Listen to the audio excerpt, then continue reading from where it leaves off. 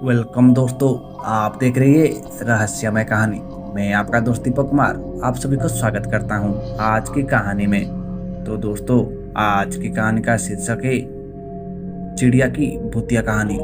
मगर इससे पहले आप अगर हमारे चैनल को सब्सक्राइब नहीं किया तो कर ले, साथ ही बेल आइकन को भी जरूर प्रेस कर ले ताकि आने वाली वीडियो की नोटिफिकेशन आपको जल्दी ही मिल जाए। तो चलिए बढ़ते हैं आज की कहानी की ओर।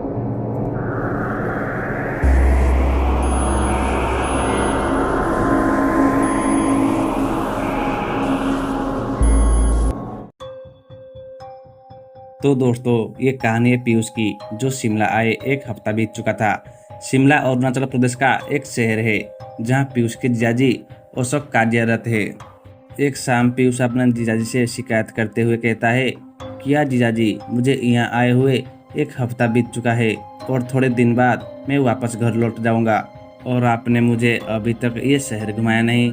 कितनी सुंदर जगह है, ऊंचे ऊंचे पहाड़, बड़े बड़े पेड़, झरनाए, कितने सुंदर दिखाई देता है। इस पर उसके जीजाजी जवाब देते हुए कहता है, ठीक है, कल मैं तुम्हें सारा शहर घुमाने ले जाऊंगा।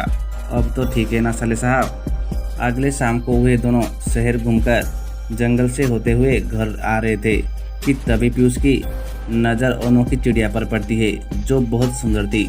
पीयूष ने ऐसी चिड़िया पहले कभी नहीं देखी थी। पीयूष अपने जीजाजी से इशारा करते हुए कहता है, देखो जीजाजी, कितनी सुंदर चिड़िया है। अशोक भी उस चिड़िया को देखकर मंत्रमुग्ध हो जाता है। फिर पीयूष कहता है, चलो जीजाजी, इस चिड़िया को पकड़ लेते हैं। उसकी जीजाजी इस पर हंसते हुए कहते हैं, तुम क्या अपने आप को शिकारी समझते हो जो इस जंगल के चिड़िया को पकड़ लोगे? इस पर पीयूष जवाब देते हुए कहता है कि मैंने गांव में बहुत सी चिड़िया पकड़ी है, तो ये फिर क्या है, आप बस देखते जाओ। पीयूष ने एक पत्थर उठाता है और उस चिड़िया को निशाना लगाते हुए मारता है। वो पत्थर चिड़िया को बहुत जोर से लगता है। डाल पर बैठी हुई चिड़िया जमीन पर आ गिरती है कि तभी पीयूष को किसी की बहुत तेज चींख सुनाई देती है। वो अपने जीजाजी से पूछता है, क्या आपने अभी किसी की चींख सुनी?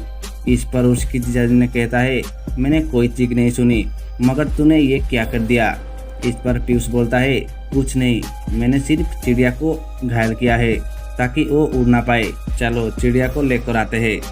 जब वो दोनों उस गिरी हुई चिड़िया को उठाने जाते हैं तो पाते हैं कि वो चिड़िया मर गई है और वह जगह खून से लथपथ है। इस पर पीयूष को बहुत पछतावा हुआ। फिर वो दोनों वहाँ से बात करते करते घर की ओर आने लगते हैं कि तभी थोड़ी देर बाद पीयूष अपने आप ही आगे चलने की जगह पीछे उल्टा चलने लगता है। इस पर उसके जीजाजी कहते हैं, अबे ये क्या मजाक है, रात होने वाली है, चलो यहाँ से। इस पर पीयूष घबराते हुए बोलता है कि मेरे कदम अपने आप ही पीछे की ओर चल रही है, ये क्या हो रहा है मेरे साथ? कि तभी पीयूष बड़ी तेजी से पीछे जाने लगता है। उसके जीजाजी उसके पीछे भागता है। पीयूष उसी चिड़िया के पास आकर अपने आप ही रुक जाता है। थोड़ी ही देर में उसके जीजाजी भी वहीं पहुंच जाते हैं कि अशोक ये सब देखकर हैरान हो जाता है। कि तभी अशोक ने पीयूष का हाथ पकड़ा और खींचते हुए वहां से घर ले जाने लगता है। मगर कुछ देर बाद पीयूष झटके से हाथ खींच लेता है और फिर वो मरी हुई चिड़िया के पास पहुंच जाता है। अब वो दोनों बहुत घबरा जाते हैं। उन्हें समझ नहीं आ रहा था कि इस जंगल में अब किससे मदद ले। अशोक पीयूष को अकेला भी नहीं छोड़ सकता था। अब अंधेरा भी काफी होने लगा था कि तभी पीयूष अचानक रोने लगा।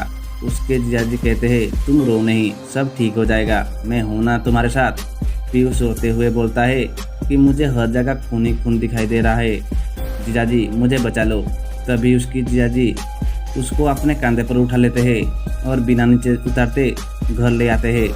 मगर पीयूष को अभी भी हर जगह खून ही खून दिखाई दे रहा था। अशोक पीयूष को कमरे में बंद करके अपने पड़ोसियों से मदद मांगने के लिए जाता है। उनके पड़ोसियों में एक स्थानीय बाबा रहते थे। पीयूष की जीजाजी ने उन्हें सारी बात बताते हुए उनसे मदद करने के लिए विनती करती है।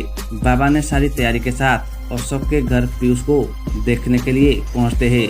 उस वक्त तक पीयूष छटपटा ही रहा था जैसे वो चिड़िया छटपटा रहा था। बाबा ने उसे काबू में करते हुए उस आत्मा से बात करते हैं, बता तूने इसे क्यों पकड़ा है, तेरा इसने क्या बिगाड़ा है? कि तभी रोते हुए वह आत्मा बाबा से कहती है, मैंने इसका क्या बिगाड़ा था जो उसने पत्थर मारकर मेरी जान ले ली। अब मेरी छोटे छोटे बच्चे का क्या होगा? उन्हें अभी भी लग रहा होगा कि माँ खाना लेकर आएगी और मेरे बच्चे भी भूखे के मारे मर जाएंगे। जिस तरह से चिड़िया की आत्मा रो रो कर बात कर रही थी, उसे सुनकर अशोक की ही नहीं बल्कि बाबा की आंखों में भी आंसू आ गया। बाबा ने उस आत्मा से कहती है, इसे अनजान में बहुत बड़ी गलती हो गई है, जो माफी का तो लायक नहीं, मगर तू भी एक माँ है, इसे अपना बच्चा समझकर छोड़ दे और बस तू ये बता दे कि तेरे बच्चे कहाँ है, यही तेरे बच्चे का भी ख्याल रखेगा। इस पर उस चिड़िया की आत्मा बोलती है, क्या सच में? चिड़िया की आत्मा बाबा और अशोक को जंगल में बने घोंसले की ओर ले जाती है, जहाँ चिड़िया के 3 नन्हे बच्चे चींचा कर रहे थे, मानो वो चींचा नहीं बल्कि माँ माँ पुकार रहे हो। अशोक उस बच्चे को एक टोकरी में रख लेता है, साथ ही उस आत्मा से वादा करता है कि इन बच्चे का वो हमेशा ख्याल रखेगा। अशोक अपने साले की गलती की माफ़ी मांगते हुए कहती है कि हम तुम्हारी बच्चे का हमेशा ख्याल रखेंगे। तभी वो आत्मा, ठीक है अब मैं जाती हूँ, बस मेरे बच्चे का ख्याल रखना। ये कहकर वो आत्मा पीयूष को हमेशा हमेशा के लिए छोड़ देती है। तो दोस्तों, कैसी लगी ये कहानी कमेंट में ज़रूर बताना। कहानी अगर आपको अच्छी लगी है तो लाइक शेयर सब्सक्राइब। मैं आपका दोस्त दीपक कुमार, मिलती हूँ फिर एक नई कहानी में। तब तक बाय एंड टेक केयर।